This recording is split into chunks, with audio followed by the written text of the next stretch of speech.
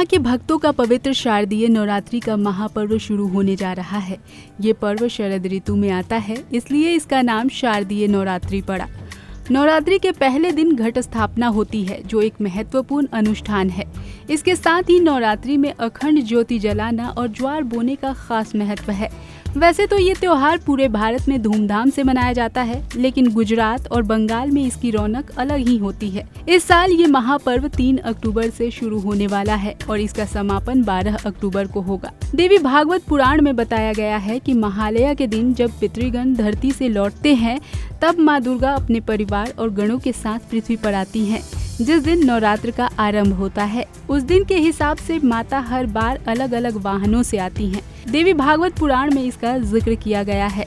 जैसे नवरात्रि का विशेष नक्षत्रों और योगों के साथ आना मनुष्य जीवन पर खास प्रभाव डालता है, ठीक वैसे ही कलश स्थापना के दिन देवी किस वाहन पर विराजित होकर पृथ्वी लोक की तरफ आ रही हैं, इसका भी मानव जीवन पर विशेष असर पड़ता है।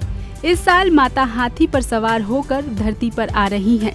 हाथी पर माता का आगमन इस बात की ओर संकेत कर रहा है कि इस साल खूब अच्छी वर्षा होगी और खेती अच्छी होगी। देश में अन्न धन का भंडार बढ़ेगा। नवरात्रि के 9 दिनों में व्रत भी रखा जाता है। पूरे नियमों के साथ माँ दुर्गा की आराधना की जाती है। माँ दुर्गा की उपासना का पर्व साल में 4 बार आता है, जिसमें 2 गुप्त नवरात्रि और 2 चैत्र और शारदीय नवरात्रि होती है। इस बार पंचांग के अनुसार आश्विन मास के शुक्ल पक्ष की प्रतिपदा तिथि की शुरुआत 3 अक्टूबर की सुबह 12:19 से होगी और इसका समापन अगले दिन यानी 4 अक्टूबर की सुबह 2:58 पर होगा। इस साल शारदीय नवरात्रि का प्रारंभ गुरुवार 3 अक्टूबर के दिन होगा, जबकि इसका समापन 11 अक्टूबर को होगा। इसके अगले दिन यानी 12 अक्टूबर को विजयदशमी मनाई जाएगी।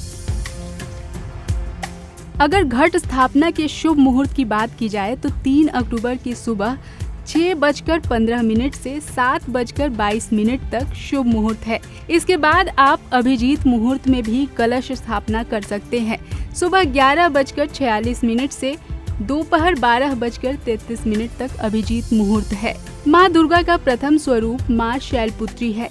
ये सफेद वस्त्र धारण कर वृषभ पर सवारी करती हैं। माँ के दाएं हाथ में त्रिशूल और बाएं हाथ में कमल विराजमान है। माँ शैलपुत्री को स्नेह, धैर्य और इच्छा शक्ति का प्रतीक माना जाता है। माँ शैलपुत्री को वृषोरूढ़ा, सती, हेमवती, उमा के नाम से भी जाना जाता है।